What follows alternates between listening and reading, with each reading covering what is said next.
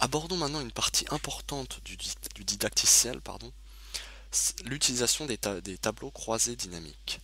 Donc ces tableaux un petit peu particuliers dans le sens où ils vont permettre de jongler plus facilement entre les variables et entre les champs que dans un tableau normal, vont nous permettre de traiter les données de façon plus efficace et vraiment très très rapide. Vous allez voir.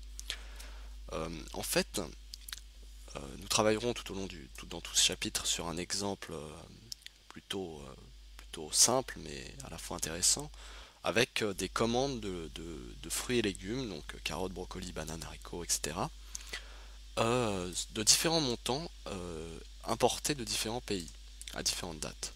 Donc ça fait beaucoup de données et c'est très peu lisible de cette façon-là parce que c'est un long tableau de 220 lignes à peu près, et avec plusieurs colonnes, mais bon, c'est pas les colonnes qui sont le plus difficile à gérer ici. Mais c'est un tableau assez important et quand on a des bases de données, en règle générale, il peut être intéressant de synthétiser les données et de les gérer de façon simple. Vous allez voir, avec les tableaux croisés dynamiques, nous pourrons par exemple récupérer facilement des moyennes, des sommes, etc. Mais aussi jongler, par exemple supprimer, filtrer par rapport aux légumes, aux fruits, jongler entre les produits, etc. De façon assez simple et très graphique.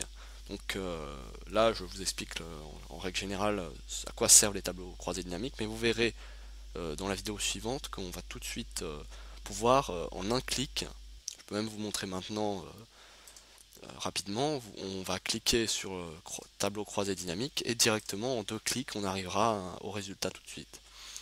Voilà, donc l'intérêt c'est de traiter de grosses bases de données. Nous verrons aussi qu'on peut les importer importer les données, pardon, à partir de bases telles que SQL.